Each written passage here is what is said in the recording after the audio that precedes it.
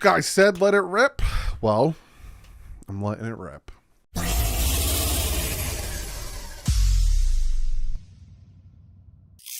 What is up, fans? Yes, you guys told me, hey, Doug, when you got a video idea or when you want to work on something, just upload it when you're done. And it is now 1 o'clock, and this is when I work. You know, I watch my little girl, spend time with my wife. They go to sleep around 10. I work out for a little bit. I'm trying to lose weight. I don't know if you noticed. There's nothing there. And then I do film breakdowns during the season. At this point, I do my research. I take my notes. I do all my things. I record my videos. I edit them, make the thumbnails, and then I schedule them. But you guys said you want them as soon as I get done doing it, so here you go. And I thought to myself, a lot of you guys in the comment section on Twitter want me to talk about what Vic Fangio said in the press conference he had Thursday. So yesterday, technically, because I haven't gone to sleep yet, but it was Thursday. So we're going to listen to him. He doesn't talk much. It's like a minute, not even. Again, that's Fangio. People are looking into what he's saying and kind of jumping to conclusions. We're going to listen to it and break it down. But real quick, I want to give you guys an update. Not really an update. Maybe an update, but just keep you up to date on the whole Dalvin Cook situation. Now, he's officially a free agent. He was officially cut 4 o'clock yesterday. Again, depending on when you're watching this video. It's 1 o'clock, so technically it's Saturday. So he's officially a free agent. I keep telling you guys, it wasn't going to be a quick thing, and he wasn't going to sign as soon as 4 o'clock hit. Oh, I wanted to be a Dolphin from jump. We had a contract in place. I'm going to sign because it's not free agency. There's a tampering period in free agency, so they have a contract in place. So when 4 o'clock comes on the new year, they can sign. He couldn't talk to him. He was still part of the Minnesota Vikings. But Barry Jackson came out with a very good article kind of breaking down essentially what is going on with Dalvin Cook and all that stuff. So I want to talk to you about this, give you guys more of an insight, let you guys know. Because, again, the suitors are the Dolphins, the Jets, the Bills, possibly the Cowboys, and the Denver Broncos. But those suitors are starting to narrow down, and I'm going to get into it real quick. So he says Dalvin Cook is now officially a free agent. He said, in the beginning, looks like a situation where the market will dictate the Dolphins' chances of landing 4-time Pro Bowler running back. And that market potentially could work in the Dolphins' favor. The Denver Broncos, who were likely a suitor, are not pursuing him at this time. Longtime Broncos reporter Mike Klis said on Twitter. So there you go. You knocked one off the list. The Jets have interest, but Robert Saleh said, we'll turn that stone over on that, but that's all on Joe Douglas, and then the money works. But does he want to play up with the Jets? For what it's worth, Cook has been liking tweets from accounts of the Dolphins and the Jets who have been advocating for him. Hey, you saw Jalen Ramsey wearing the FSU hoodie. There was a ton of tweets and everything he liked of people talking about him coming here, showing the offense, how it could be, all that stuff, And us Dolphin fans have been advocating for it, tagging him in it and talking about it and all that stuff. Often, if a team likes a player and a player likes a team, as in the case with Cook and the Dolphins, the deal can be worked out. But one variable complicates this potential marriage. Money. And I've been telling you guys from jump, money, money, money. The Dolphins under general manager Chris Grier don't like to pay big money for running backs. Chris Grier also sometimes likes to allow the market to play out for players he likes. He waited to sign Braxton Berrios. He waited a couple of weeks to re-sign Andrew Van Ginkel. And he waited weeks before signing Robbie Chosen. So again, Chris Grier is in no, we don't want you to go anywhere. We don't want you to visit with anyone. We're going to throw $15 million at you. Just come play for us. That's not how he works. He's not that hesitant, or he's not that apprehensive. It's not even the words I wanted to use. The Dolphins are interested in Cook, but at their price. They spoke with the Vikings previously about a trade, but decided not to aggressively pursue it, in part because of Cook's contract that would pay him $10.4 million. Now, again, from what I'm hearing, there could be a contract that is worth up to $10.4 million or up to $8 million with incentives. And I feel like he might be getting a contract from the Dolphins, or the contract the Dolphins might be offering him could be incentive based or have a huge incentives added into the contract, right? He'll get a nice signing bonus. He'll make a certain amount a year, but then he'll have those incentives to kind of be like, hey, you Pro Bowl, incentive. We make the playoffs, incentive. You break 1,000 yards, incentive. You have this many carries, incentive. All these things happen, boom, he can make a good amount of money. As much as Cook would love to play here, he's not looking to give the Dolphins a substantial hometown discount, except according to a source. I'm going to read that one more time for you. He's not looking to give the Dolphins a substantial hometown discount. Didn't say he's not looking to give the Dolphins a hometown discount, a substantial one. So again, he meets with the Jets, and the Jets say, hey, we'll pay you $10 million this year. And then he goes and meets with the Dolphins, and they'll say, hey, we'll pay you $7 million this year. He might take that from the Dolphins. For one, he'll make the same in New York. And two, that's not that substantial of a hometown discount. $3 million? Not really. So the sense is that Cook might wait to see if a team surfaces that's willing to pay him remotely close to what the Vikings would have paid him. If that does happen, then the Dolphins would seemingly be in a good position to land him because both sides have an interest. Minnesota is paying him $2 million to leave, so Cook can afford to be patient. And unless Greer decides to make a really big offer out of the gate Friday, he hasn't because obviously he didn't sign, the Dolphins can take their chances waiting to see if Cook will come to on their terms. Cook underwent surgery February 14th. Happy Valentine's Day to him.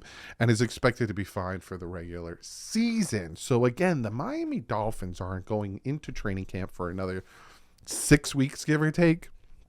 So the Dolphins are in no rush. And I think Dalvin Cook knows that. Dalvin Cook supposedly is in Florida right now. He's in Miami, Fort Lauderdale maybe. But he's down there.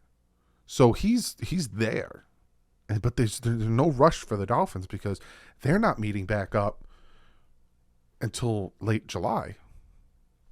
So Dolphins could sit back and have Dalvin talk to people and then have Dalvin's agent come back to the Dolphins, be like, look, he wants to play with you guys, but so-and-so is offering him this. And if the Dolphins are like, oh, we can offer more, then he's a Dolphin. Or if the Dolphins are like, we can offer him this much, but we don't want to go more than that, will he give them that? That hometown discount, not a substantial one, but a hometown to come play for Miami. It's a match made in heaven. Like the amount of tweets I'm seeing, Acho saying things, ESPN, First Take, NFL Network, the amount of people and reporters and beat writers and the amount of people that are saying things. It's a match made in heaven for Dalvin Cook to be added to this offense with Devon Achane, with Raheem Mostert, with Tyreek Hill, with Jalen Waddle, with Robbie Chosen. It's just, it would be ridiculous. We'd have the running back depth. And a lot of people were like, are you going to get rid of Jeff Wilson? You're going to get rid of Mostert? You're going to get rid of Achane? No. Mostert and Wilson got hurt last year. We need depth. And to bring in Dalvin Cook, all of a sudden you got up a lead, and then you start feeding Dalvin. Late December, where you're playing in games where it's grueling type of weather. In Baltimore, week 17, you feed Dalvin. I don't know. To me, it's a no-brainer, and it's a situation where if I'm Chris Greer, again, I'm not overpaying, but I'm keeping my eye on it, and I'm making the right move, but we'll see how it pans out. So just wanted to give you guys that update. Took about half of the video, but I think it's important. So now let's hear what Vic Fangio has to say, and we'll break down that. Again, I had a lot to talk about today, so you're getting a lot from me. Hope you enjoy it. I want to ask you about bringing aboard Ronaldo Hill and his position, his familiarity with the scheme, and what went into bringing him on. Well, Ronaldo was with me in Denver for 2 years. Really liked him as a coach. Was really happy and excited to get him back and to join us here. He's been a great help to me. He's really the only guy on the staff that has worked with me before and had good knowledge of our system. So he's been a great help. He's a great coach with a great future. After getting several weeks of The fact that man took a demotion to come play with Miami and play with this guy, big. Incorporating the scheme with this unit.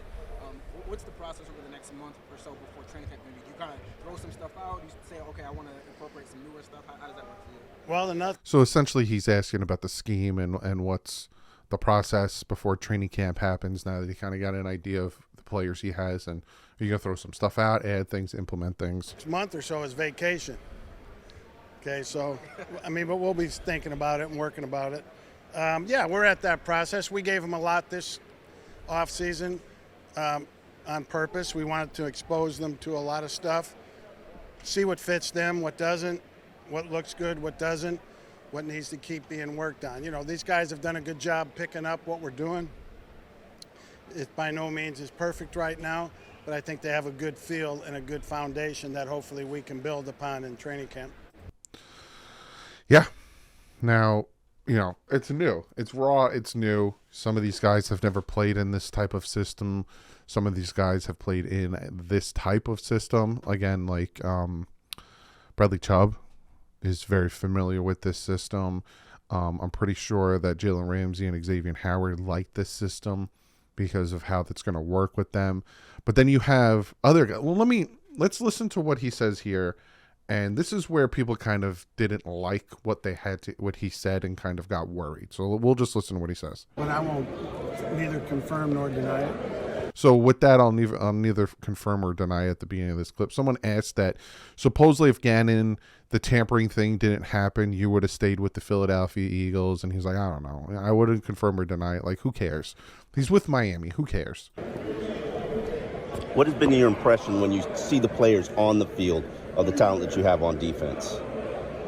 We have some really good talent in some places. You know, in other places, we've got to find the talent. So I think it's a good mix right now. Our good players have got to play really good for us to be good, and we got to find the other guys to fill in that play good in spite of their lack of playing time and experience. So a lot of people, well, not a lot, but a few people hear that and think that he wants to go out and sign players, right? Because he says we got to find those players. He's not talking about going out and signing people. What he's talking about is we have the players, we have the really good players. We have the Javon Holland, Xavier Howard, the Jalen Ramsey, the Jalen Phillips, the Bradley Chubb, Christian Wilkins. We have those guys, right? We have that core of that defense. And then there's the guys like the Kader Kohu, the Nick Needham, the Terrell Williams, even like Jerome Baker, the Raekwon Davis, the McKinley, you know, all these guys who, like he said, I'll play it one more time. In other places, we've got to find the talent. Got to find the talent. These guys got to step up. So I think it's a good mix right now. Our good players have got to play really good. So the guys I named, the good players, you got to play really good. You got to play to what your strengths are. For us to be good, and we got to find the other guys to fill in that play good in spite of their lack of playing time and experience. Right there, right? We got to find the other guys who can play good, and even with their lack of time and play experience. The Cam Smiths, all these guys. He's talking about depth, right? Some people hear that and kind of go, oh my God, we're going to suck. The defense is going to suck. No, he's shooting it straight. That's Vic Fangio. Vic Fangio's not going to come out and say, oh, we're good. We're doing good. I really like this and that. You ask him about Cam Smith. He's probably going to say Cam Smith is showing really good production. He's getting better, but he's kind of raw. We need to find the guys. So we need to find that slot corner. We need to find the depth. We need to find the safety opposite of Javon Holland. We need to find that second or third interior defensive lineman. We got to find that middle linebacker, opposite of Jerome Baker and David Long Jr. Those guys without the depth, without the experience, and without the play time need to step up. They need to play better, and they need to do better. That's all he's saying. Essentially, he's telling the young guys, look, you want to make this team? You don't want to be replaced? Show me in training camp. He's putting a fire under their butts. What he is saying is not cause for alarm. What he is saying is not, oh my God, we're going to suck. I love what he said. And I love that he sees that's the difference between him and Josh Boyer. Josh Boyer was like, no, we're good. We're good. Your defense sucked, man. You're not good. You need to make adjustments. You didn't make adjustments. You were throwing 0 blitzes when you shouldn't have. You were dropping guys back to the goal line when you shouldn't have. He didn't take acknowledgement. Whereas Vic Fangio, he's been with the team for what? 4 months? And he's already shooting from the hip. He's already telling you what it is. Some guys got to step up. We have really good guys, but some others got to step up so we can, build that depth. Right now, we're doing good. Like he said in the other clip, we're doing good right now. The guys are taking the information we're throwing at them. We threw a lot at them at purpose, but they're doing good. Now we got to see how they do in training camp. I don't understand why people are freaking out. Am I the only one that's not freaking out? Like, am I overly optimistic, even though I don't know what this team is? But like, I like what Vic Fangio said. I like that he's not sunshine and roses. I like that he's like, yeah, we got some really good players. And if they play really good, we're going to win some games. But we also need to find the pieces that we're missing with these younger guys. I don't know. Maybe it's just me. Tell me, comment below. You don't got to talk about the Dalvin Cook situation. I'm beating that. It's a dead horse that I'm beating. I'm not going to really, there's not much more to talk about. When he starts meeting with people, I'll let you guys know. And if he meets with the Dolphins, I'll let you guys know. And if I hear any rumblings or rumors or inside source material, I will let you guys know. But as of right now, there's not much more to talk about with Dalvin Cook. Now we just wait. But let me know what you think about what Vic Fangio has to say. Now, Mike McDaniel sat down and had an interview, and I want to react to that. I haven't watched the whole thing. I just watched the clip that I posted on Twitter where they asked him about the vaping during the Bills game, which, who cares? That's going to be Monday's video. I have so much content for you guys. I'm not even saying that just to get you to subscribe. I'm going to raffle off videos that I got planned, right? There's an Xavier Howard, why he's going to be better this year video that I'm going to react to. There's another video from CBS Sports, will the Finns win the AFC East? I'm going to react to that video. I have camp position battle videos where I'm breaking down every position on this team. I have tier list videos, multiple tier list videos. I have a training camp preview video. I have a weakest area pre-training camp, and then I have a weakest area going into the season. So I might even bring back the Miami Dolphins Mythbuster videos if you guys want me to do that. But I have a lot of content planned for you guys. So the next 6 weeks or so, it's not going to be boring for you guys. And I'm going to live stream. I'm going to live stream some. Maybe a Friday, every other Friday, I'll go live for an hour around 8 o'clock. We can hang out, ask me questions, all that stuff. I got a lot planned. So if you haven't yet, hit that subscribe button. If you like what you see, hit the subscribe button. If not, that's cool. At least you gave me a chance. But I'll see you guys on Monday. Again, unless news breaks. But like usual, stay classy. FN's up.